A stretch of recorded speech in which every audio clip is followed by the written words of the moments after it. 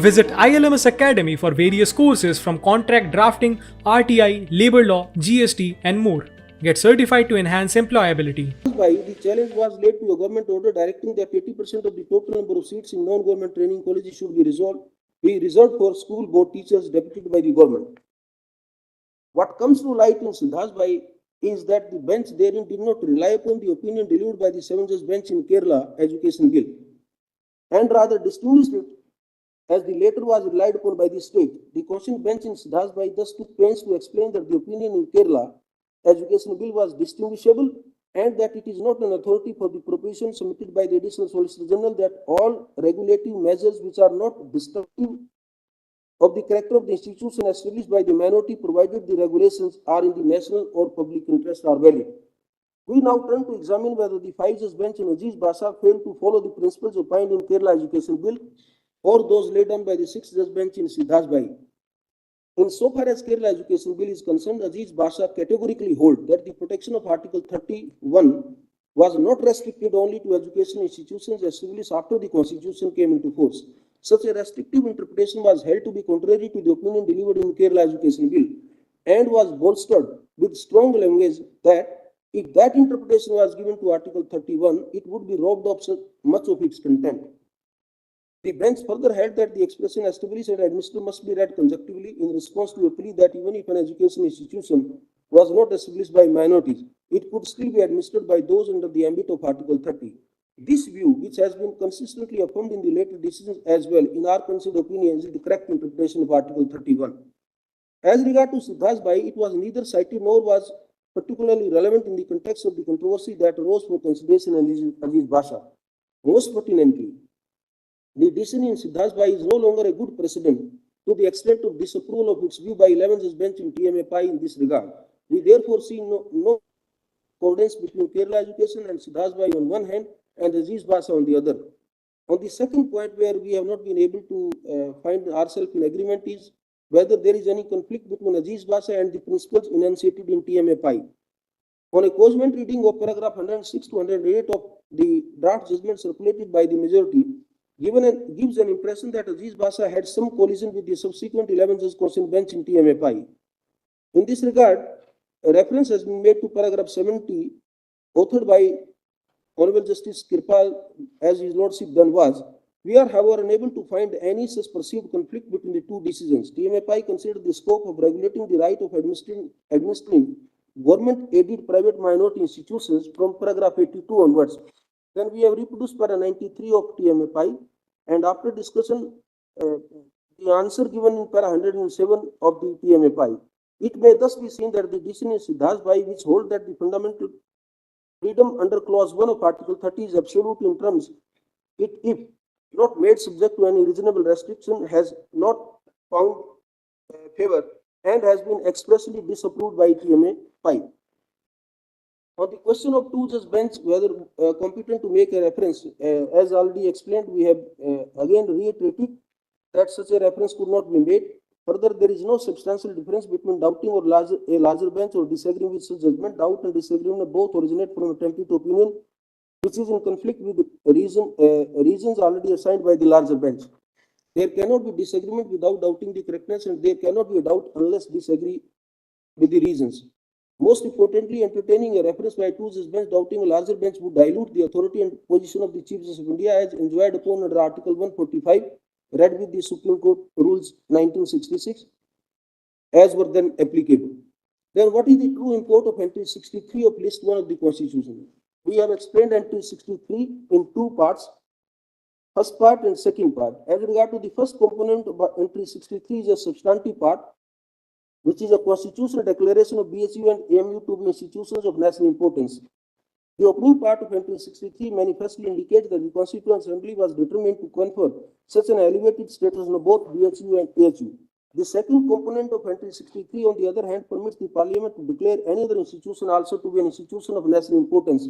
It seems from the language of entry 63 that the Parliament has no power to take away the status of an institute of national importance conferred upon BSU or AMU, save and except by following the route of an amendment to the Constitution itself. But we have said route of Article 246 can be followed for the purpose of declaring any other institution as an institution of national importance. Having delineated the issues of disagreement with on the majority opinion, we may hasten to add that one of the conclusions assigned in Azeez Basha is such that it deserves to be revisited. We say so for the reason that then we have explained, as already pointed out, our conclusion is that to the extent it, and I will just read that part, in this context, it is our considered opinion that the establishment of university, whether as a minority institution or as a religion-neutral institution of high standard, is a complex and mixed question of law and fact. The legislative intent behind the establishment of university or an institution will have a significant role in determining the status of such institution. For instance, if the preamble or the statement of objects and reasons of a statute explicitly state that the university or the institution concerned is intended to be established and shall be administered by a minority community, we see no reason as to why such a university or institution would be denuded of its minority character merely because it was created through legislative means. Conversely, if the legislature by itself decide to establish an institution where, besides preserving the culture, values, traditions, language, and conventions of a religious or linguistic minority community, it also promotes other streams of education without any barriers to children belonging to other religions, it will be highly debatable to discern whether such a university can take refuge under the protective umbrella of Article 30. Having laid down the broad principles to be followed to determine as to whether AMU qualifies as a minority institution within the meaning of Article 30, we leave it for the regular bench to determine such status in light of the parameters laid down in our opinion. We therefore do not deem it appropriate to express any final view as to whether or not AMU is a minority institution within the meaning of Article 30 of the Constitution. Accordingly, we refrain ourselves from determining the factual issue enumerated as issue number 7 in our judgment. So, ultimate conclusions is, thus, drawing upon the comprehensive analysis presented in the preceding sections, we thus hold: 1. There is no conflict between 7-judge bench opinion in Kerala Education Bill and the 5-judge council bench in Azeez Basha. The 6th-judge bench in Sidhrajbhai, laying down that the right under Article 30 is absolute and unconditional, is not the correct principle of law. The judgment is no more binding in nature and stands effectively overruled in TMA Pai to that extent. Consequently, Azeez Basha does not suffer from any legal infirmity on the premise that we do not cite or follow Sidhrajbhai. Third, there is no substantial difference between doubting or disagreeing with a judgment. That being so, the reference by 2-judge bench in Anjuman, doubting the correctness of 5-judge bench in Azeez Basha, and referring to a 7-judge bench suffers from multiple illegalities, including judicial propriety. In view of the dictum of the council bench in Daud Bora, a 2-judge bench has no authority whatsoever to doubt or disagree with the judgment of the larger bench, and directly refer the matter to a bench having a numerically greater strength than the matter so doubted. The reference by the 2-judge bench in Anjuman is nothing but a challenge to the authority of the Chief Justice of India being the master of the roster, and in derogation of the special powers enjoyed upon under Article 145 of the Constitution, read with the 1966 rules. Consequently, the said reference is not maintainable. However, the subsequent reference dated 12 February 2019, in which the then Honorable Chief Justice of India was the presiding judge, is maintainable. Next, the reference in Anjuman to a 7-judge bench for the reconsideration of the 5-judge bench in Azeez Basha is bad in law and ought to be set aside. Next, the question bench in Azeez Basha, when it holds that Section 6 of AMU Act 1920 stipulates that degree conferred by AMU would be recognized by the government, it could not have been brought into existence by a private individual or body, is seemingly incorrect. Accordingly, and for this reason, and for the reasons assigned in paragraphs 190 B and C, the said decision to that extent is hereby modified and clarified. Further, the minority institutions established in the pre-constitutional era are also entitled to the protection conferred by Article 30. Next, education institutions with reference to Article 30 include universities as well. Next, in order to seek protection under Article 30 of our Constitution, the minority institution must satisfy the conjunctive test, namely that it was established by a minority community and has been and is being administered by such a community. The true import and meaning of the expressions established and administered, which comprise the very core of Article 30, are to be construed and understood strictly in accordance with the indicia in paragraphs 141 and 181. The question pertaining to whether AMU satisfied the above mentioned test of established and administered so as to seek protection of Article 30 of the Constitution, and which will concomitantly entail a mixed question of facts and law, will be determined by regular bench. Visit ILMS Academy for various courses from contract drafting, RTI, labor law, GST, and more. Get certified to enhance employability. Interpretations of judges. Since judicial opinions vary based on individual differences, I find myself in the trio of minority. And inter se the minority, I am again in the minority. We have all been discussing about minority, and today, no one other than me characterizes minority best. I will not read the entire opinion. I'll read only paragraph 1 and the last paragraph. And in between, I will highlight what has been held by me. I have started by saying, there is a saying, the past refuses to lie buried.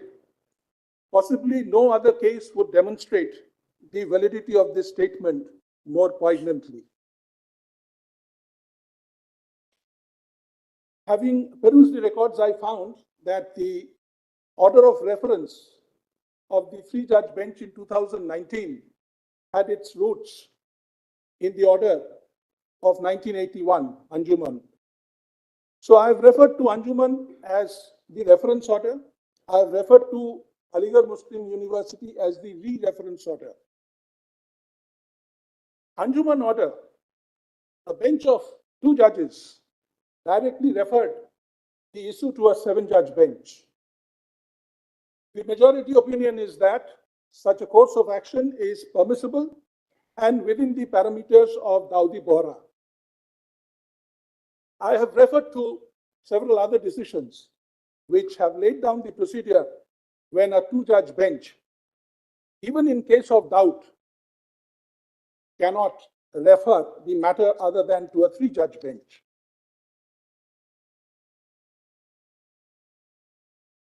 A dangerous precedent is being set. A 2-judge bench tomorrow may say, I doubt the basic structure. I refer it to a 15-judge bench. And this is what exactly would happen if we accept the majority opinion as the final opinion. Of course, it's the final opinion. Can it be done? Are we not in the process overruling Lala Shri Bhagwan, Chief Justice Gajan Regatkar's judgment of 1967, Pradeep Chandra Parija, Hansoli Devi, Dawoodi Bohra, and again in recent times, campaign for judicial accountability? I have held the reference order to be totally non-est. I've also examined the 3-judge bench order of 2019. I need not elaborate here for the detailed reasons. I've also held that order to be non-est. The references were therefore unnecessary. These are all technical points. I have thereafter gone into merits and said the observation in Anjuman that there is no clear decision on the point as to whether a minority institution can be established with the aid of even non-minorities. There is no clear decision. Very Mother Provincial directly answered that in 1970, which the bench in 1981 was not referred to by the very set of very learned senior counsel who appeared before the bench. This has also not been noticed in the 3-judge bench order. So far as the 3-judge bench order on merits, let me say this. The 3-judge bench noticed that TMA Pai did not consider 3A, but the 3-judge bench did not notice that TMA Pai was followed by Islamic Academy, 5-judge, and PA Inamdar, 7-judge. These 2 constitution benches were constituted for the purpose of ironing out the creases flowing from TMA Pai. They did not consider it necessary to lay down what the indicia is. Even the regular bench to which the matter was referred did not answer it. So today, by laying down indicia, we are discrediting the judges who have adorned the bench of this court right from 1950. It was an implied indicia that they had applied. I have said, if it is necessary to lay down an express indicia, it has to be prospective, not retrospective. Thereafter, I have looked into the enactment of 1920. I have traced the history, and ultimately, paragraph 150, I have concluded that in terms of clause 5 of Article 145, it is my firm opinion that not only do the references do not require an answer, it is also declared that AMU is not a minority educational institution and that the appeal seeking minority status for it should fail. Before parting, I have expressed my sincere appreciation for the members of the bar who have addressed this bench. Listening to their erudite arguments was indeed enriching. I have expressed gratefulness to my research associates who worked tirelessly and burned the midnight oil to help me win the race against time.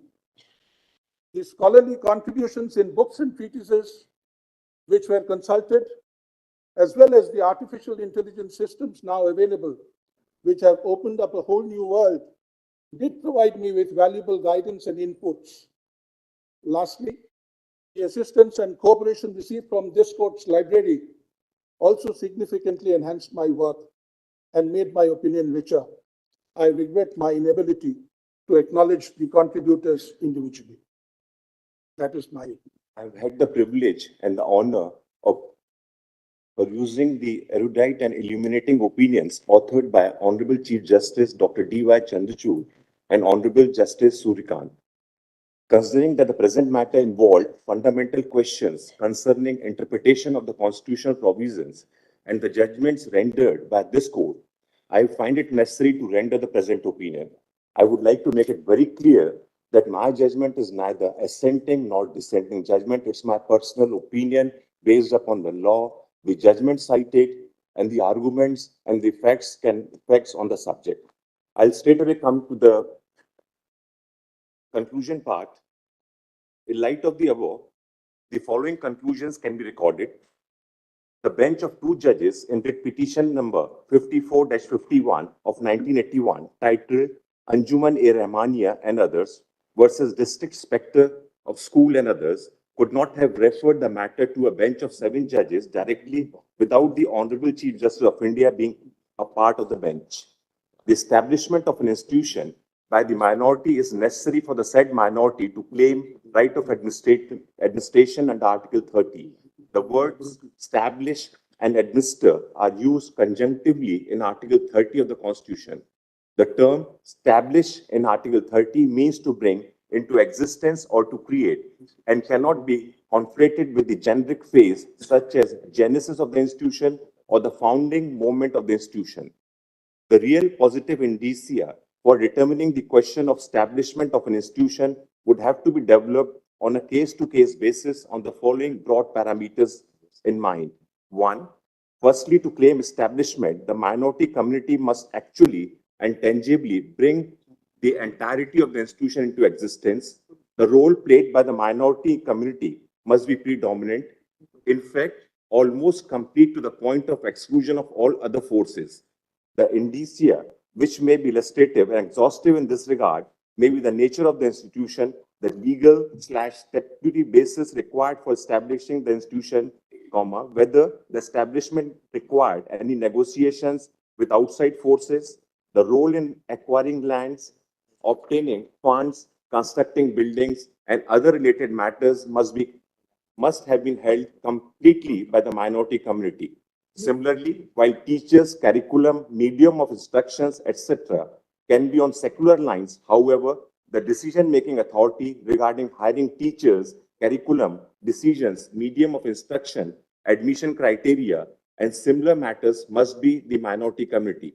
The choice of having secular education in the institution must be made expressly by the minority community, demonstrating the link between institution and the persons claiming to establish it. Secondly, the purpose of the institution must have been to predominantly serve the interests of the minority community or the sole betterment of the minority community, irrespective of the form of education provided and the mode of admission adopted. Therefore, as per the choice of the minority community, an institution may have secular education, but such secular education and the resultant institution must be predominantly meant for the overall betterment of the minority community. Thirdly, the institution must be predominantly administered as a minority institution with the actual functional, executive, and policy administration vested with the minority. the minority community should determine the selection, removal criteria, and the procedures for hiring teachers, teaching